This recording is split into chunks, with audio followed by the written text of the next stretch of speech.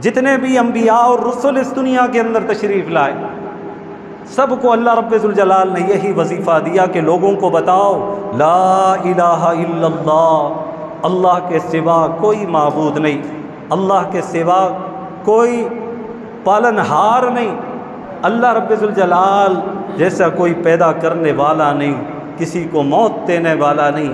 یہ سارے نبیوں کا مضمون یہی تھا، سارے نبیوں کا مضمون یہی تھا کہ وہ لوگوں کو اللہ کی وحدانیت کی طرف بلاتے تھے۔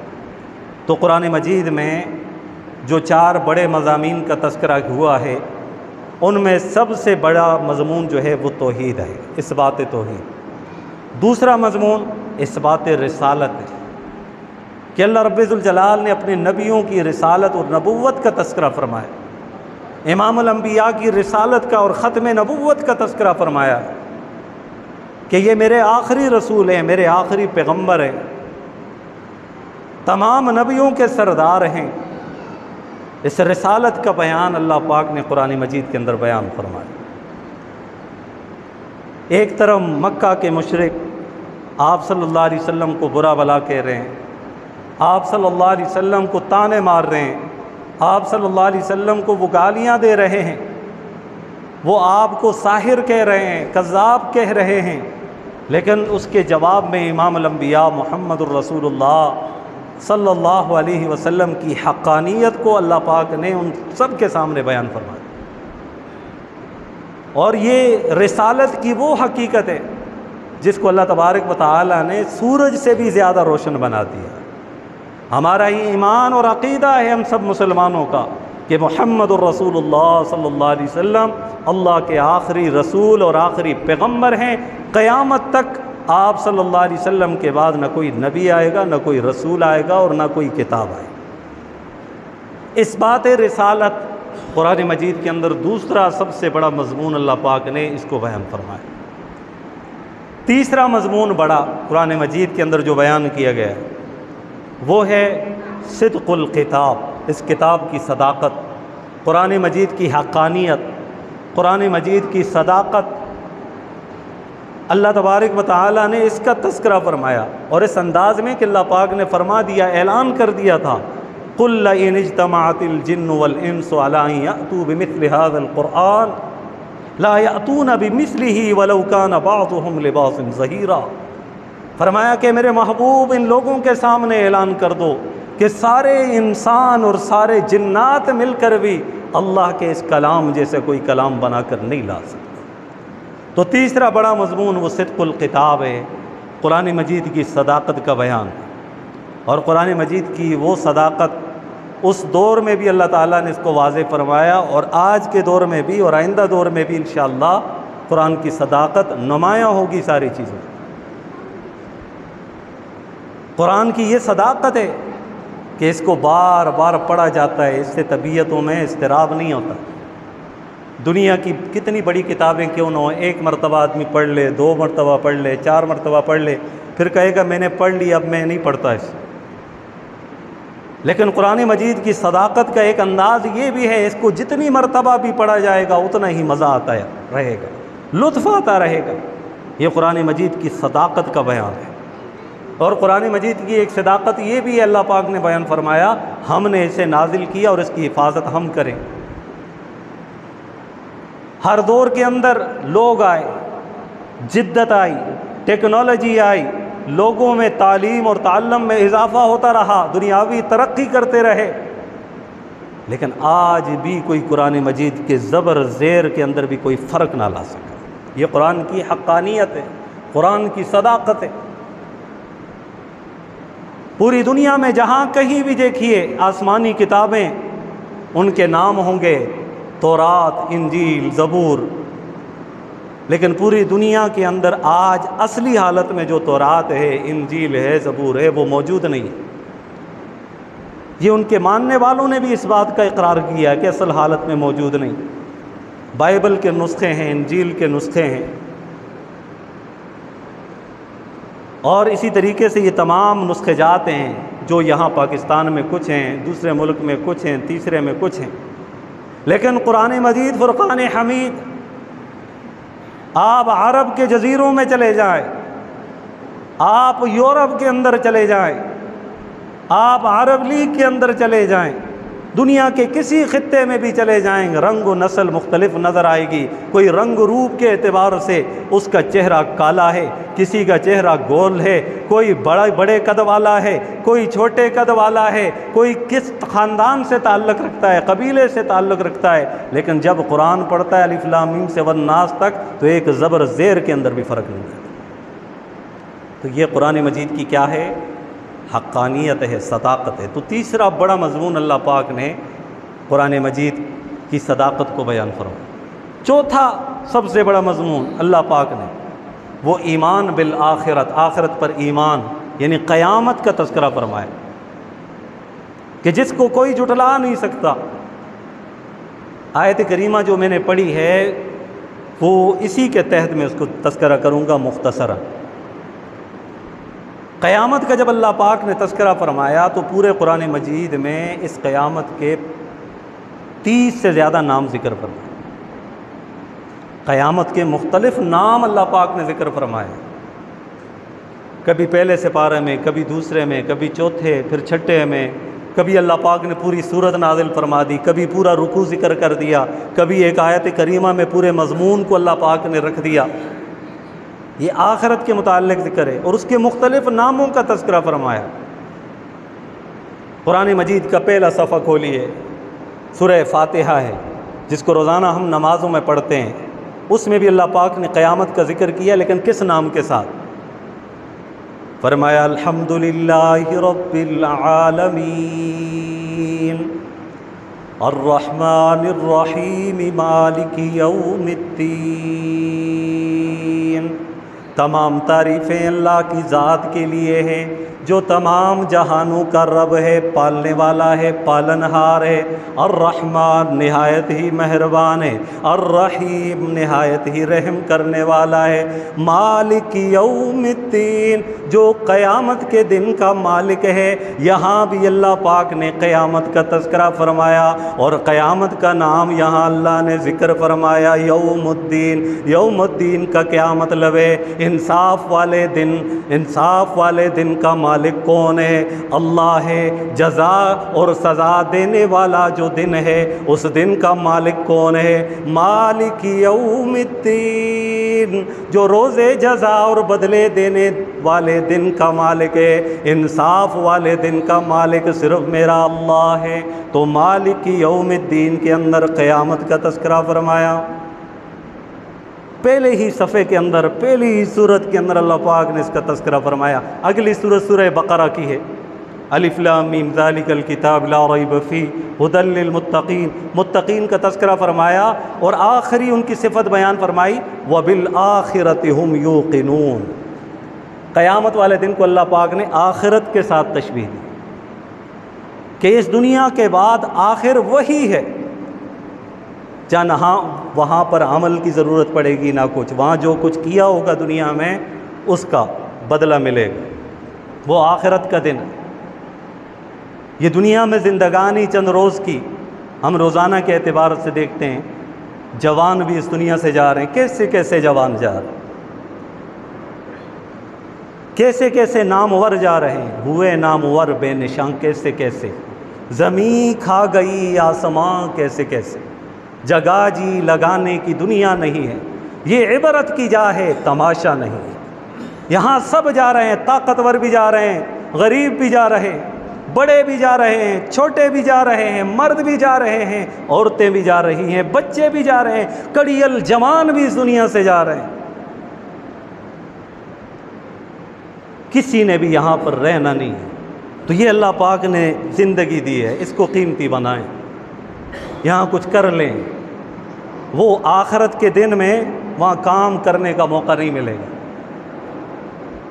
قرآن مجید کے اندر آتا ہے، اللہ پاک فرماتے ہیں کہ اگر دنیاوی اعتبار سے ایک آدمی دنیا کے اندر جتنا بھی مال و دولت ہے، سونا ہے، چاندی ہے، ہیرے ہیں، جواہرات ہیں، مختلف قسم کی کرنسیاں ہیں، مختلف قسم کے اسٹون ہیں، مختلف قسم کے دہات ہیں، مختلف قسم کی چیزیں ہیں، وہ ساری کی ساری چیزیں فدیہ لا کر رب کے حضور پیش کر دیے جائیں کہ مجھے چھوڑ دیا جائے تو اسے نہیں چھوڑا جائے۔ یہاں نکلا ہوا ایک آنسو وہاں پہ کام آئے، یہاں درگزر کرنے والا چھوٹا سا عمل وہاں پہ کام آئے گا، جس کو ہم معمولی سمجھتے ہیں، جس کو ہم اپنی انا کا مسئلہ میں درگزر کروں، میں فلانے کے پاس جاؤں، فلانا ہوتا کون ہے؟ ہم انائیت میں پڑ گئے، ہم کیا امام الانبیاء سے بڑے ہو چکے ہیں؟ امام الانبیاء محمد الرسول اللہ صلی اللہ علیہ وسلم کے ذات عالی کے ساتھ کیا کچھ نہیں کیا گیا۔ مکہ کی گلیوں کے اندر آپ صلی اللہ علیہ وسلم پر پتھراؤ کیا گیا، آپ صلی اللہ علیہ وسلم کو برا بلا کہا گیا، گالیاں دی گئیں، یہاں تک کہ اپنے علاقے سے نکال دیا گیا۔ جب آپ صلی اللہ علیہ وسلم مکہ کے فاتح بن کے آئے، ہر ایک کانپ رہا تھا، تھر تھر کانپ رہا تھا، میری خیر نہیں، کیونکہ میں نے فلاں وقت میں یہ کام کیا تھا، فلاں وقت میں نے اس نے یہ کہا تھا، اب تو یہ حاکم بن کے آئے ہیں، اب یہ مالک بن کے آئے ہیں، اب تو ہماری خیر نہیں ہے، سارے کپ کپا رہے ہیں۔ امام الانبیاء نے اعلان فرمایا کہ او لوگو سنو، لا تثریب علیکم اليوم، میں آج کے دن وہی اعلان کروں گا جو یوسف علیہ السلام نے اپنے بھائیوں کو جواب دیا تھا، کیا آج کے دن تم پر کوئی پکڑ نہیں، میں نے تم سب کو معاف کر دیا، تو درگزر کرنا سیکھیں۔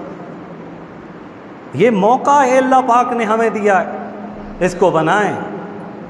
وہ میں نے شروع میں اشعار پڑھے، فرش مخمل پہ سونے والوں، ہم مخمل کے پلنگ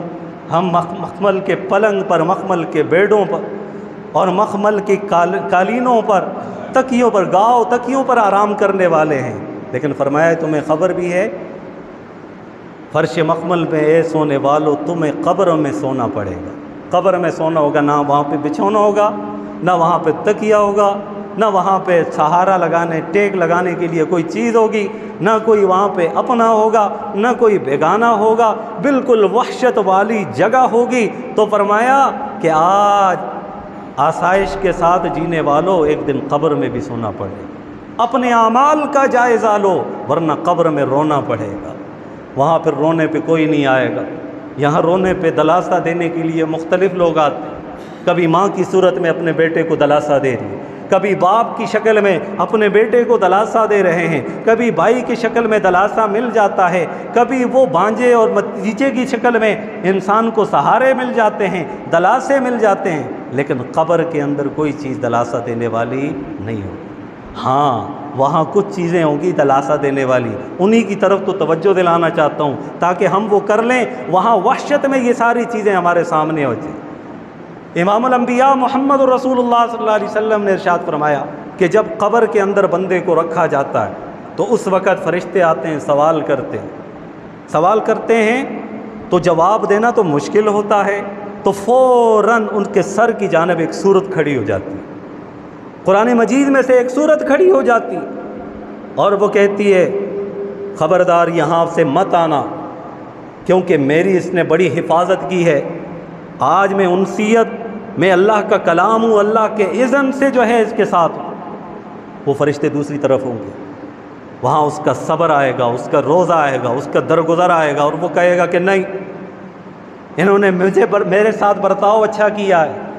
پھر وہاں پہ وحشت نہیں ہوگی، پھر ایک طرف قرآن ہوگا، ایک طرف اچھے اعمال ہوں گے، ایک طرف جو ہے نا اخلاق ہوں گے، مختلف قسم کی چاروں طرف سے اس بندے کا پیرا ہوگا۔ پھر اللہ پاک کی طرف سے حکم ملے گا کہ اس کے لیے جنت کی ایک کھڑکی کھول دی جائے۔ پھر جنت کی جب ایک کھڑکی کھول دی جائے گی نا تو یہ بندہ دیکھے گا جنت کی نعمتیں، اپنی آنکھوں سے دیکھے گا، جس طرح آج ہم سکرین کے اندر دیکھتے ہیں نا، سکرین کے اندر تو کوئی چیز محسوس نہیں ہوتی، جو دکھتی ہی ہے، لیکن وہاں پر جو اللہ پاک جنت کا نظارہ کروائیں گے وہ صرف سکرین نہیں ہوگی، کوئی شیشہ نہیں ہوگا، کوئی دہات نہیں ہوگی، کوئی قیمتی چیز نہیں ہوگی، وہاں پر براہ راست اللہ تبارک و تعالی جنت کا نظارہ کروائیں گے، اور جنت کی خوشبو بھی اسے یہاں قبر کے اندر محسوس ہوگی۔ کب ہوگا؟ اپنے اعمال کا جائزہ لو ورنہ قبر میں رونا پڑے گا۔ چار یاروں کے کاندھوں پہ جس دم تیری بارات نکلے گی گھر سے۔ آج میں اپنی صورت پہ ناز کرتا ہوں، اپنے لباس پہ ناز کرتا ہوں، اپنی ذات پہ ناز کرتا ہوں، اپنے کمالات پہ ناز کرتا ہوں، اپنے خوبیوں پر فخر کرتا ہوں، لیکن ایک دن ایسے آنے والا ہے کہ اپنی مرضی سے تختے پر یوں بھی بندہ نہیں ہو سکتا۔ ذرا اس سے پہلے انسان کی بیزاری تو دیکھیے، انسان کے کپڑوں کو نکالا نہیں جاتا، کاٹا جاتا ہے، اس کو کاٹا جاتا ہے، پھر اس کے کپڑوں کو دور رکھا جاتا ہے۔ اس وقت کی کیفیات بنی ہوتی ہے، بھئی بندہ فوت ہو چکا ہے، نام ختم ہو جاتا ہے، مرتے ہی اس کا نام ختم۔ پھر یہ نہیں کہتے کہ فلانا صاحب، فلاں حضرت، فلاں صاحب، یہ وہاں پہ نہیں ہوتا۔ وہاں پہ یہ کہتے ہیں میت کو ذرا اس طرف کر لیجیے، میت کو اس طرف کر لیجیے، میت کو چارپائی پر لٹا دیجیے، اس کو کفنا دیجیے، اس کو خوشبو لگا دیجیے، اور اس کے اوپر پانی کا چھڑکاؤ کیجیے عرق گلاب کا، اس کے اوپر پھول کی پتیاں نچھاور کیجیے۔ اس وقت یہی بات ہوتی ہے۔ پھر کہتے ہیں کہ بھائی میت کو قبلہ رخ کر دیا ہے، وہاں نام نہیں لیا جاتا، انسان کا نام ختم ہو جاتا ہے، بے نام ہو جاتا ہے۔ پھر چار آدمی اس کو لے کر، سہارا دے کر لے کے جا رہے ہوتے ہیں قبر کی طرف، قبر کی طرف، قبرستان کی طرف اسے لے جا رہے ہوتے ہیں۔ چار یاروں کے کاندھوں پہ جس دم تیری بارات نکلے گی گھر سے، خوبصورت بدن ہے تمہارا، اس کو بے جان ہونا پڑے گا۔ وہاں پہ انسان کے قریبی رشتے، اس کے بچے اولاد ہوتے ہیں، ماں باپ ہوتے ہیں، اس کی بیوی ہوتی ہے، لیکن کوئی بھی ایک رات کے لیے اس مردے کے ساتھ اس قبر میں رہنے کے لیے تیار نہیں ہوتا۔ کچھ جذبات میں آ کر چارپائی پر لیٹ جاتے ہیں، میں نے نہیں جانے دینا، لیکن کوئی نہیں رکھ سکتا ایک رات کے لیے، 2 دنوں کے لیے، 4 دنوں کے لیے، کوئی بھی نہیں رکھ سکتا۔ کہتے ہیں جلدی لے جائیں، آہوں سسکیوں کے اندر اسے الوداع کیا جاتا ہے۔ کچھ لوگ وہ ہوتے ہیں جو قبرستان تک لے جاتے ہیں، قبر کے اندر اتارتے ہیں، مٹی ڈالتے وقت بھی ان کے اوپر ہوتے ہیں، پھر تلقین پڑھتے ہیں، پھر تھوڑی دیر بعد یہ مٹی ڈالنے کے بعد ہاتھ کو یوں کیا جاتا ہے، ہاتھ کر کے بندہ یہاں سے واپس نکل جاتا ہے، پھر وہی بندہ ہوتا ہے اور اس کے اعمال ساتھ ہوتے ہیں۔ اعمال ضائع نہ ہو، سارا جہاں ناراض ہو، پرواہ نہ چاہیے۔ پوری دنیا ناراض ہوتی ہے تو ہونے دو، رحمان کو ناراض نہ کرو، وہ ناراض نہ ہو جائے۔ اللہ کی قسم اگر وہ ناراض ہو گیا نا تو دنیا کے سارے لوگ مل کر بھی اس کو راضی کرنا چاہیں، یہ کبھی راضی نہیں ہو سکتا، کبھی خوش نہیں ہو سکتا، کبھی چین میں نہیں آ سکتا، کیونکہ میرے رب کو ناراض کیا ہے۔ تمہیں اپنے اعمال کا جائزہ لو، اپنے خوبصورت بدن پہ، اپنی ذات پہ، اپنے مال پہ، اپنے اسٹیٹس پہ، اپنے عہدے پر میں اتراؤں نہ، میں غرور اور تکبر اختیار نہ کروں، میں عاجز بن کر کے ربا تو میرا مالک ہے، میں تیرا مملوک ہوں، یا اللہ تو معبود ہے، میں عابد ہوں، یا اللہ تو قادر ہے، میں مقدور ہوں، یا اللہ تو رازق ہے، میں مرزوق ہوں، تو دینے والا ہے، میں تیرا بندہ ہوں، تو نے حکم دیا نماز کا، جھکنے کا، یہاں سجدہ کرنے کا، پیشانی میرے سامنے جھکے، تو اب میں نے یہی کرنا۔ تو یہ چند روز ہیں ہمارے پاس، تیاری کر لیں، مرنے کے بعد کی زندگی آسان ہوگی، مرنے کے بعد کی زندگی آسان ہوگی، اور ہم میں سے ہر ایک آدمی چاہتا ہے، ہر انسان چاہتا ہے، انسان کی فطرت ہے، میری دنیا بھی بہترین ہو جائے، میری آخرت بھی بہترین ہو جائے، تو اس کے لیے اعمال کریں، اپنے ذاتی معاملات ہیں اس میں صداقت سے پیش آئیں، اخلاق کو کبھی بھی اپنے ہاتھوں سے جانے نہ دیں، درگزر کر دیں، معاف کر دیں، جانے دیں، غلطی کو دبا لیں۔ خصوصاً گھر ہیں، بھائی بھائی سے بات نہیں کر رہا، بہن بہن سے ناراض ہے، بہن بھائی سے ناراض، چھوٹی چھوٹی باتوں پہ گھروں کے اندر لڑائیاں ہو رہی ہیں، روزانہ کے اعتبار سے معاشرے کے اندر لڑائیاں ہو رہی ہیں۔ وجہ کیا ہے؟ نفسی کا عالم ہے، اپنی اپنی پڑی ہوئی ہے، دوسروں کی نہیں پڑی ہے، یہ انسانیت نہیں ہے۔ انسانیت کیا ہے؟ اپنی بھی فکر ہو، دوسروں کی بھی فکر ہو، جو اپنے لیے پسند کرے۔ امام الانبیاء نے کیا فرمایا کہ مسلمان کون ہے، مومن کون ہے، مومن کی پہچان کیا ہے؟ فرمایا کہ جو اپنے لیے پسند کرے وہ اپنے بھائی کے لیے بھی پسند کرے، یعنی جو چیز اپنے لیے سکون پسند کرتا ہے تو بھائی کے لیے بھی کرے، اپنے لیے یہ پسند نہیں کرتا کہ کوئی مجھے گالی دے تو دوسرے کو بھی نہ دے، اپنے لیے یہ پسند نہیں کرتا کہ کوئی مجھ سے زیادتی کرے، میرے ساتھ جھگڑا کرے، لڑائی کرے، تو دوسروں کے لیے بھی اس چیز کو پسند کرے۔ یہ نہیں ہے کہ اپنے لیے تو سب کچھ پسند کرے اور دوسروں کو کوئی چیز ہی نہ سمجھے، یہ نہیں۔ تو مومن ہم نے بننا ہے، کامل بننا ہے۔ یقین جانیے یہ حادثاتی دور ہے، یہاں آنن فانن اموات ہوتی رہتی ہے، اور یہ بہانے بنتے ہیں، اصل میں وقت پورا ہوتا ہے، بہانے بنتے ہیں۔ حادثاتی دور ہے، آپ دیکھتے ہیں کتنے لاکھوں لوگ جو ہے نا ایک مہینے کے اندر چلے گئے۔ پچھلے دنوں کے اندر فلڈ آئے، جو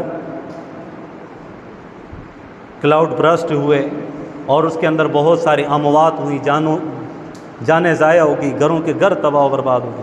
کتنے لوگ ہیں جو ہم پنجاب میں ہم نے دیکھے سنے، ان کے متعلق کہ پانی کی نظر ہو گئے، ان کے گھر بھی بہہ گئے، ان کی فصلیں بھی تباہ ہو گئی، کچھ اموات بھی ہو گئی۔ کراچی کے اندر بھی اس طرح کے بہت سارے تو یہ ہم دیکھ رہے ہیں کثرت اموات، حادثات ہو رہے ہیں، ایک گاڑی بھری ہوئی جا رہی ہے، دوسری آ رہی ہے، ٹکر لگ گئی، سارے بہت ہو۔ جہاز میں گئے، جہاز کریش ہو گیا، ریل کے اندر گئے، ریل پٹری سے اتر گئی، یہ بہانے ہیں سارے۔ ہاسپٹل میں گیا، دل کا مرض تھا، چلا گیا۔ جانا ہے ہم نے، اس جانے سے پہلے ان اوقات کو، اپنی گھڑیوں کو قیمتی جاننا، ایک دوسرے کو معاف کرنا سیکھیں، ایک دوسرے کا ادب کرنا سیکھیں، ایک دوسرے کے حقوق کو پہچانیں، اپنی بچیوں کے حقوق، اپنی بیٹیوں کے حقوق، اپنے بیٹوں کے حقوق، اپنے گھر کے اندر بڑوں کے حقوق، چھوٹوں کے حقوق، سب کا خیال رکھیں، پڑوسیوں کے حقوق، رشتہ داری کے حقوق، سب کا خیال ہم نے رکھنا ہے۔ اس پر اجر اللہ نے رکھا ہے، اللہ نے اجر رکھا ہے، اور ایسا ایسا اجر رکھا ہے، مختصر سے اعمال ہیں، ان پر عمل کر لو تو اللہ پاک بڑے بڑے اللہ پاک نے وعدے کیے ہیں۔ فرمایا کہ درگزر کرو، اس کے بدلے میں تمہیں جنت ملے، صبر کر لو، تمہیں اس کا ایسا بدلہ دیا جائے گا جس کی کوئی حد ہی نہیں ہے۔ تو ہم نے اللہ کی وعدوں کے اوپر دیکھنا ہے، غور کرنا ہے، ان چیزوں کو اپنانا ہے جو اللہ پاک نے جن چیزوں کے کرنے کا ہمیں حکم دیا، ان چیزوں سے رکنا ہے جن چیزوں سے اللہ پاک نے ہمیں رکنے کا حکم دیا ہے۔ میں اللہ کی قسم کھا کر اللہ کے گھر میں یہ بات کہتا ہوں، اللہ پاک نے ایک چیز کے کرنے کا حکم دیا ہے، اب آدمی نہیں کرتا، سکون تلاش کرتا ہے، خدا کی قسم اسے کبھی بھی سکون نہیں ملتا۔ ہاں ظاہری خد و خال سکون دنیا کے مال و دولت میں نہیں ہے، دنیا کے مال و دولت میں سکون ہوتا تو آج دنیا کے بڑے بڑے لوگ، آپ جائیں ہسٹری کا مطالعہ کیجئے، رپورٹیں دیکھیے، سب سے زیادہ خودکشیاں ان ممالک میں ہو رہی ہیں جہاں مال و دولت کی زیادہ ریل پہ، جہاں خودکشی کرنے کے لیے بھی کتنے 100 پاؤنڈ، یورو، یہ پیسے دینے پڑتے ہیں، ڈالر دینے پڑتے ہیں، اس کے بعد جو ہے نا وہ خودکشی کرتے ہیں۔ وہاں حالات بنائے گئے ان چیزوں، تو سکون اس چیزوں میں نہیں ہے۔ اللہ کیا فرماتے ہیں؟ الا بذکر اللہ تطمئن القلوب۔ وہ لوگوں دلوں کا اطمینان چاہتے ہو، دلوں کا سکون چاہتے ہو، امن چاہتے ہو، سکون چاہتے ہو، خیر چاہتے ہو، بھلائی چاہتے ہو، رحمت چاہتے ہو، پرسکون ہونا چاہتے ہو، کامیاب ہونا چاہتے ہو دنیا میں بھی آخرت میں، الا بذکر اللہ تطمئن القلوب، تو دلوں کا اطمینان صرف میری یاد میں ہے، میری یاد۔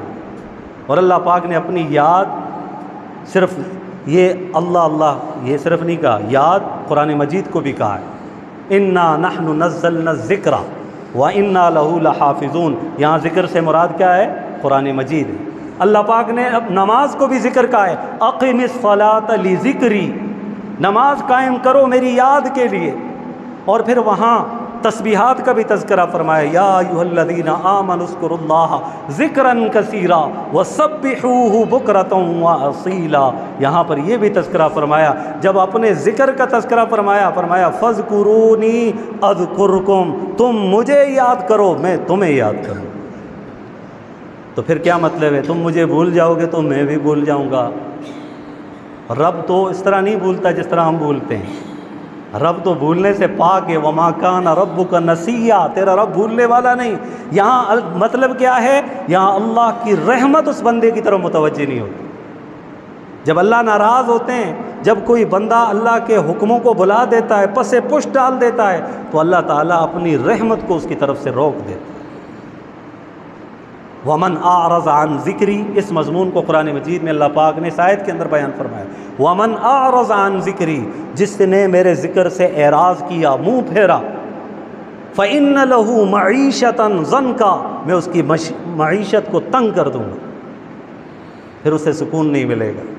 الا بذکر اللہ تطمئن القلوب، دلوں کا اطمینان چاہتے ہو تو وہ اللہ کی یاد میں، نماز قائم کرنے میں، قرآن کے ساتھ تعلق جوڑنے میں، قرآن کے اندر جو احکام بیان ہیں اس پر عمل کرنے کے اندر یہ تمام تر چیزیں موجود ہیں۔ تو عزیزان گرامی، مرنا ہم میں سے سب نے، یہ نہ ہو کہ کوئی چلا جائے بعد میں ہم افسوس کریں تو کوئی فائدہ نہیں۔ اپنی زندگی میں جتنا بھی ہو سکے اس کا حق ادا کریں، اس کا خیال رکھیں، بڑا ہے اس کا ادب کریں، چھوٹا ہے شفقت سے پیش آئیں، کوئی بیٹا ہے تو اس کے ساتھ اپنی شفقت سے پیش آئیں، ماں ہے تو اس کا اپنا ادب و احترام ہے، باپ ہے اس کا اپنا ادب و احترام ہے، سارے حقوق کو لے کر ہم نے چلنا ہے۔ تو اس کے لیے اللہ کی طرف آنا پڑے گا، نمازوں کا اہتمام کرنا پڑے گا، ذکر و اذکار کا اہتمام کرنا پڑے گا، اپنے گناہوں سے توبہ طائب ہونا پڑے گا، اللہ کو منانا پڑے گا۔ تو انشاءاللہ ان تمام باتوں کے لیے تیار ہے نا جی؟ اللہ پاک آپ سب کو جزائے خیر عطا فرمائے۔ وآخر دعوانا الحمدللہ رب العالمین۔